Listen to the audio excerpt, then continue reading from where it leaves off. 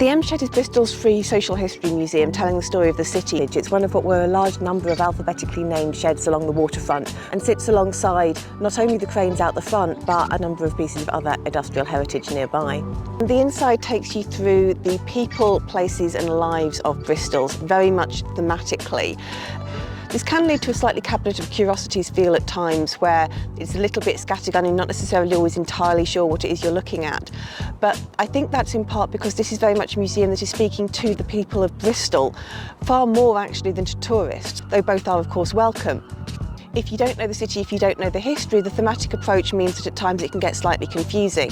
But they've done an awful lot of work with the community. There are so many individual stories being told here, and in so many different ways. I think that probably this museum was quite cutting edge when it was first put together, though at this point the interactors in particular feel somewhat dated, and unfortunately quite a few of them were damaged or broken when I was here.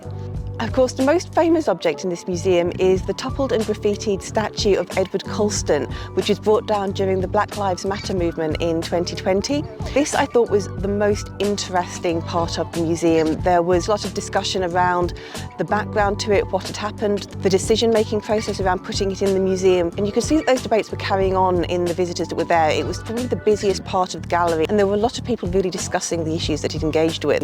From a purely curatorial point of view, I didn't really like the tendency to put an awful lot of information and interpretation on the front wall of the display cases.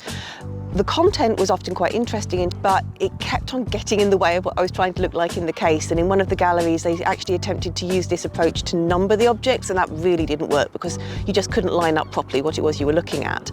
That's the sort of gripe that comes with working in the industry though, and I don't know whether it's something that actually would be an issue for a normal visitor. It's quite an unusual local museum. There aren't that many like this out there. It's worth a visit if you're in the area, particularly as it's free, and you will undoubtedly learn something that you didn't know before.